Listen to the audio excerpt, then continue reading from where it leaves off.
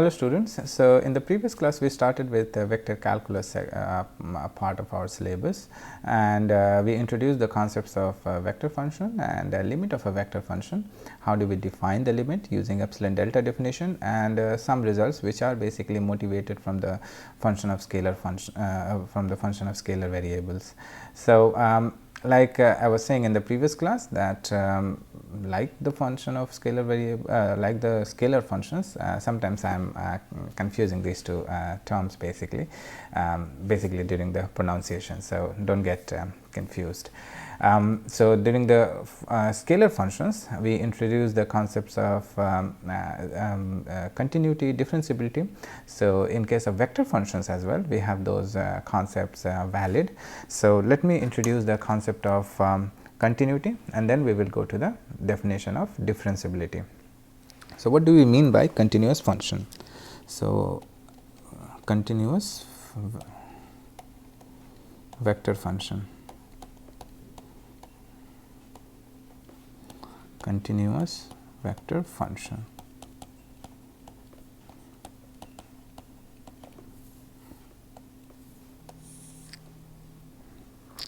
All right. So, a vector function f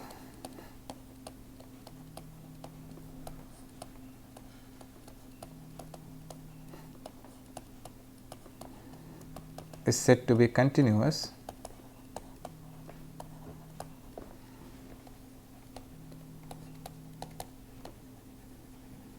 a vector function f is said to be continuous for a value or at a point, for a value t 0 or at a point t 0 of t if f t 0 is defined and for any given arbitrary small positive number epsilon, there corresponds or there exists a positive number delta such that our f t minus f t 0 is less than epsilon whenever t minus t 0 is less than delta. And if this is true, then the function f is said to be continuous at the point t equals to t 0. Here in case of limit we were only interested what is the value when t is going to t 0. So, we were not interested the value of the vector function at the particular point t equals to t 0. But in case of continuity, like scalar functions, we are interested in the value of the function at the point t is equals to t 0 as well, because if the function f t minus f t 0, if the absolute value is less than epsilon, only then we can say that the function f t is continuous at the point t equals to t 0. So, in this case we actually want to know what is the value of that vector function at the point t equals to t 0. So, it is pretty much motivated from the continuity definition of scalar functions, and it is not that different actually. However, here when we evaluate this mod, we have to consider the individual component and take the absolute value and try to obtain this how to say criteria. All right. And for example, we can have let us say a function, a vector function of type I am writing r or r t equals to f t equals to let us say t cube I plus 4 t square j plus sin t k. Then verify the continuity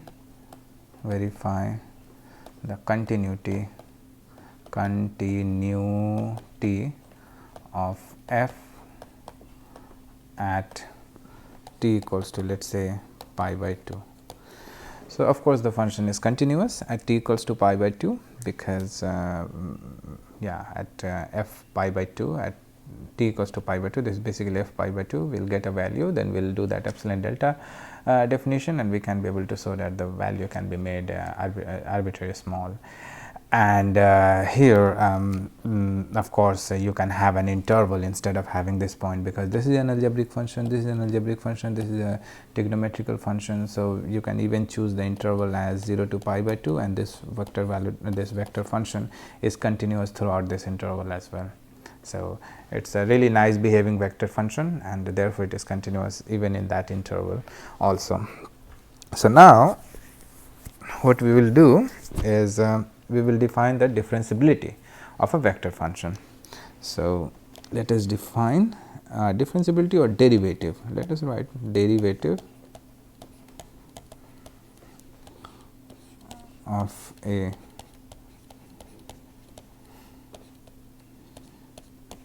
vector function. All right.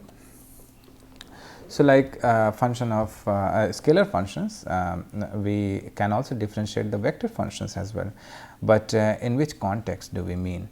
So, for example, a function like y is equals to f x equals to, let us say, x to the power 10 is 10 times differentiable. So, it is a very nicely behaving function, basically a polynomial function, and you can be able to differentiate at least 10 times,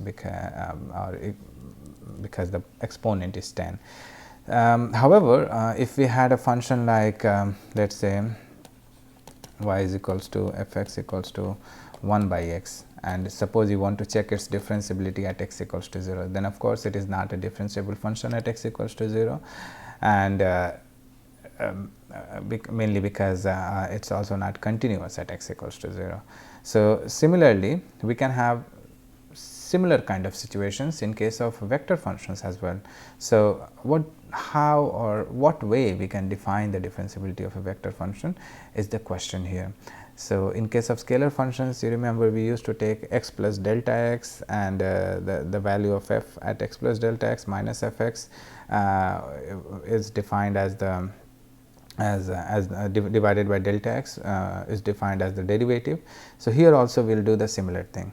So, the definition would be, so suppose if we have a curve like this. So, this is basically our f of t. So, this is the vector function, and that is the origin, and this is my vector r, and this is the point p.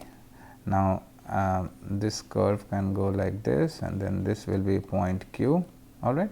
So, point p and q, and at the point p we have the point we have the vector r, and at the point q we have the vector r plus delta r. All right. So, this is how we define this, and let us now put everything in words. So, let r is equals to f t be a vector function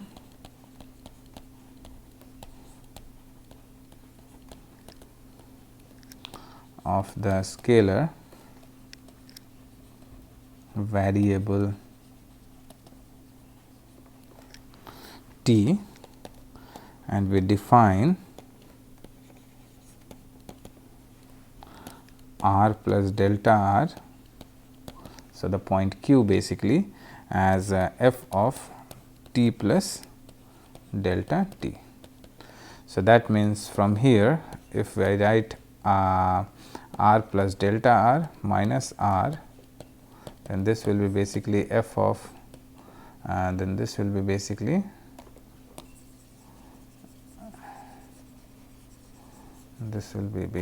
delta r equals to f of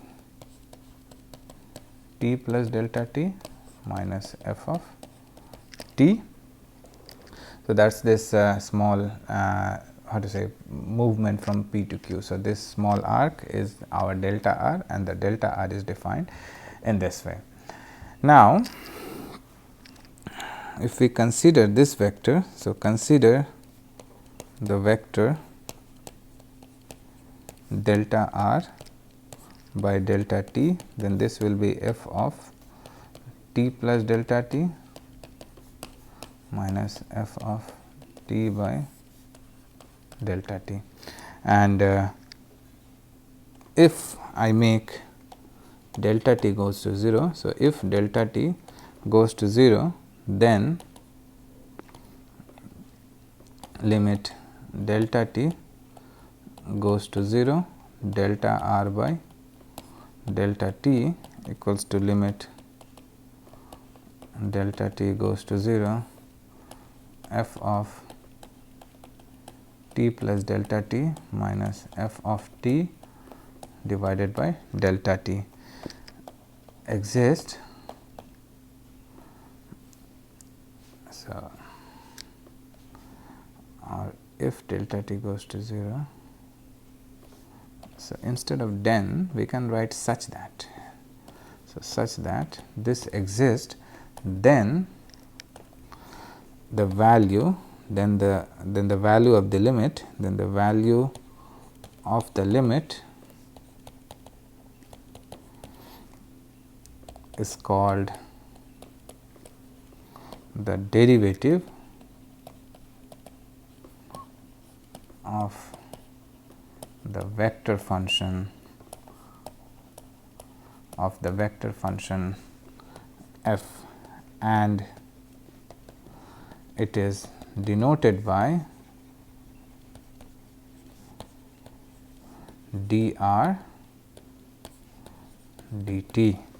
So, when t goes to delta t goes to 0, then this right hand side, basically this right hand side is basically if the limit exists, is called as the derivative of the vector function f, and it is denoted by dr dt. All right. So, for example, if we have a function, let us say r equals to t square I plus t to the power 4 j minus sin t k, then its derivative dr dt will be 2 t I plus 4 t to the power 3 j minus sin t is cos t k. So, we basically differentiate every component. So, when it comes to differentiating a vector function, which is given by r is equals to f t equals to f 1 t I plus f 2 t j plus f 3 t k, then in that case the derivative is dr dt given by df dt, and then this one is df 1 by dt times I df 2 by dt times j plus df 3 by dt times k. So, these are all functions of t.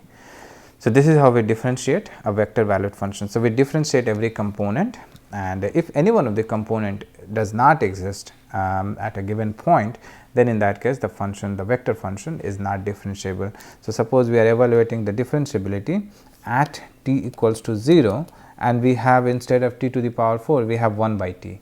Then in that case, of course, the second component is not differentiable, and therefore, the overall vector function would not be differentiable. So, if we want to talk about the differentiability of the vector function, we have to talk about the differentiability of each individual component or each individual scalar function involved in that vector function. So, that is how we define the differentiability of a vector function. All right. Now, like a function of one variable or scalar functions, we had y dy dx, let us say y 1 equals to f dash x, then we had y 2, which is d square y, where dx square equals to f double dash x, then we had y 3, which is basically d 3 y by dx 3 is equals to f triple dash x, and dot dot and so on. So, y n equals to f n x. All right. So, similarly, we have such rule for the vector function as well. So, if we have r equals to, let us say f t, then in that case we will have dr dt equals to f dash t, which is basically df dt. Similarly, d square r by dt square equals to f double dash t Similarly, d3 r by dt is dt3 is equals to f triple dash 3 t and dot dot so on. So, you can do successive derivative for the vector functions as well. So, you can differentiate a vector functions as many times as you want if it is differentiable that many times. All right. So, this is how we define the derivative of a vector function or successive derivative. So, this is basically called successive derivative, and continuity or limit rule, we also have rules for sum, difference, product of vector functions and their derivative. So, theorem 2 you may call. So, let a and at and bt be two differentiable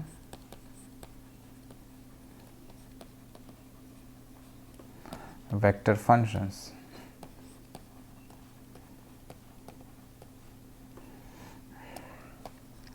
And then, so the first rule is d dt of a plus b is equals to dA dt plus dV dt. So, that means differentiation of the sum is equals to sum of the differentiation. All right. So, secondly, if you have subtraction, so differentiation of the difference is equals to difference of the derivative. So, derivative of the difference is equals to difference of the derivative. Third is the dot product. So, derivative of the dot product is equals to a dot dv dt plus dA dt dot b. It is like differentiation of the product of two functions. So, in case of differentiation of product of two function, which was something like d dx of let us say f x times g x. So, it was something like df dx times g plus f times dg dx.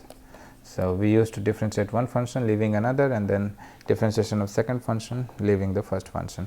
So, it is the same rule here, and since we have a dot product is commutative. So, we can play with this a little bit and we can arrange this dot product. So, because of the commutivity of the dot product, we can write b dot dA dt. So, that is the dot product, and if you have let us say the cross product d dt of a cross b, then it is defined as dA dt cross b plus a cross dB dt. So, this is the cross product rule, and we have to remember that here we cannot change the order, because if we write b cross dA dt, then we have to put a minus sign. So, a cross b is equals to minus of b cross a. So, that is what we have to take care of here. Now, similarly, if we have let us say a scalar function which is multiplied by a vector function. So, I have phi t, which is also a differentiable scalar function, and then I have a vector function say a t. So, then in that case it can be written as d phi dt times a t plus phi t times dA dt.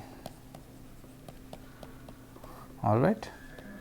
So, it is just that there would not be any kind of dot or cross here, but it is just that the function phi is multiplied in usual multiplication sense.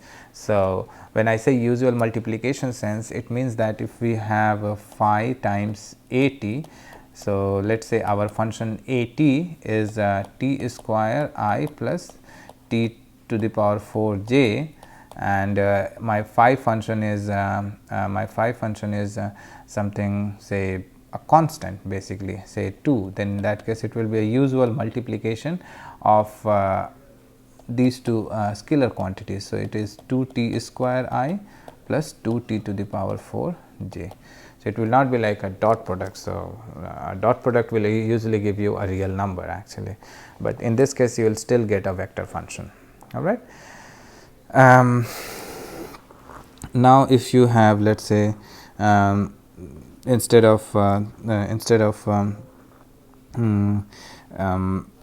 scalar function and a vector function, we can also have dA dt times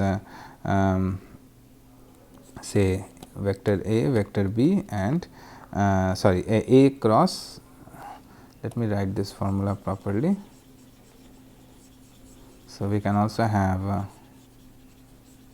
something like A cross B cross C. I cannot have A dot B dot C, because then B dot C is a scalar function, and then it is the same definition here. All right. So, we are not writing that formula. So, here in this case it will be dA dt cross product with B cross C plus A cross dB dt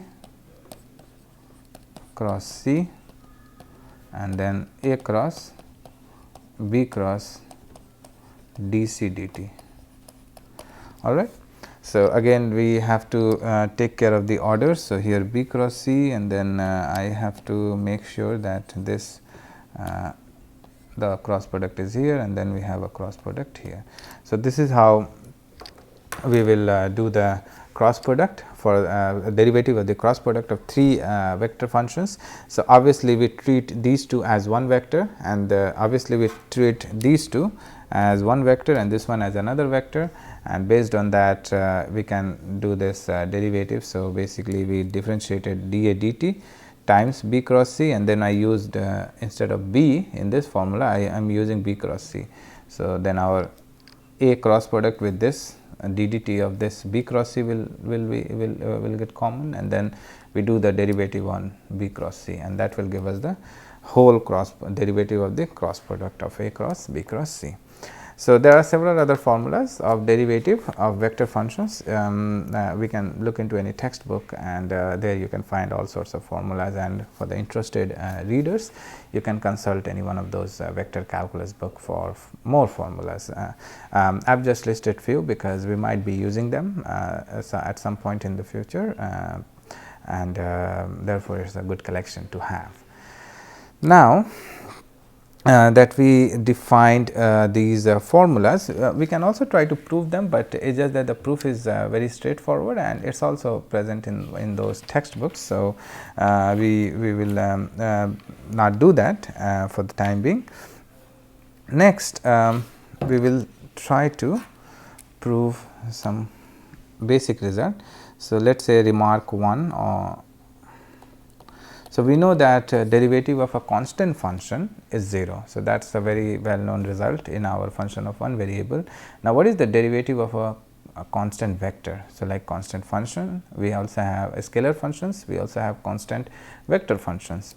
So, suppose we have r equals to f t equals to a constant function. So, whose component are c 1 I plus c 2 j plus c 3 k. So, what is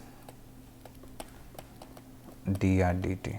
So, c 1, c 2, c 3 are all real numbers. So, they are all real numbers, and then we have to calculate the derivative of this vector function. So, solution, we have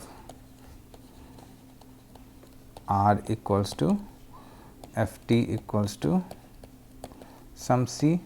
So, from here r plus delta r would be f dash t plus delta t equals to again c, and therefore, from here we will have delta r equals to 0. So, f of t plus delta t minus f of t is equals to 0. So, from here we will get dr del r delta t equals to 0 by delta t, and now I will take limit on both sides.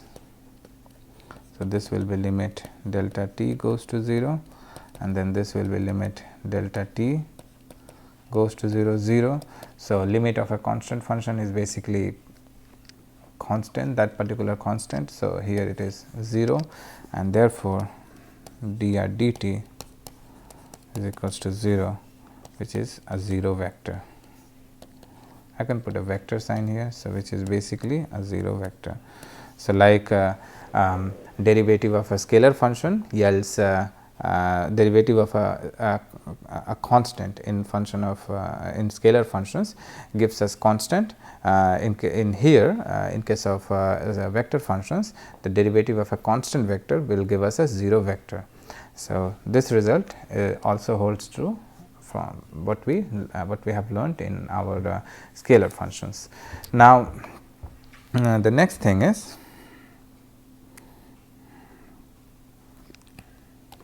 the next property is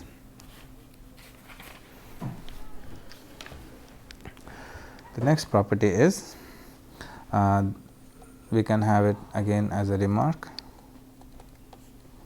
The necessary, we can say that the necessary, another remark, say 2, the necessary and sufficient condition of a function to be constant is that dA dt equals to 0. So, the necessary condition we have proved. So, the necessary condition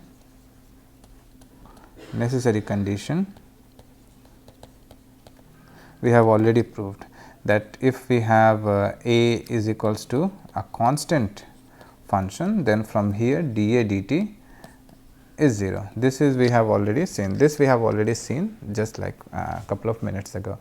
So, this is true. Now, the condition is sufficient. So, that means the sufficient condition is to prove the sufficient condition, we will have dA dt equals to 0. Now, the vector function A has 3 components. So, let us write dA1 t I plus dA2 dt times j plus dA3 time divided by dt times k is equals to 0. Now, this is 0 vector actually. So, this is basically our 0 vector. So, this 0 vector can be written as 0 I plus 0 j, where each component is 0. So, we can write each component as 0, and now we equate the coefficients of I, j and k. So, if we equate the coefficients of I, j and k, then this will give dA1 dt equals to 0, dA2 dt equals to 0 and dA3 dt equals to 0. So, from here if we integrate both sides, then we will get A1 equals to constant, say C1, A1 t equals to constant, say C1, A2 t equals to constant, say C2, and A3 t equals to constant, say C3. So, that means A1 2, A2 2, A1 2, A1 t, A2 t and A3 t are basically constant. So, from here our vector R, from here our vector AT is A1 t times I, A2 t times j and A3 t times k, which is basically C1 I, C2 j and C3 k. Since C1, C2, C3 are all constant, this is basically a constant vector.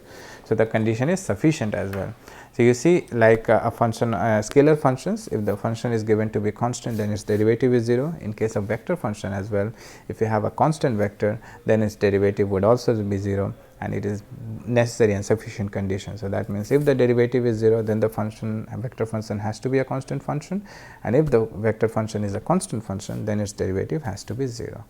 So, we learnt this basic result in vector calculus, and in our next class we will try to work out some examples on derivative of a vector function, and then we move to our next topic. So, I will stop here for today, and I thank you for your attention, and I look forward to your next class.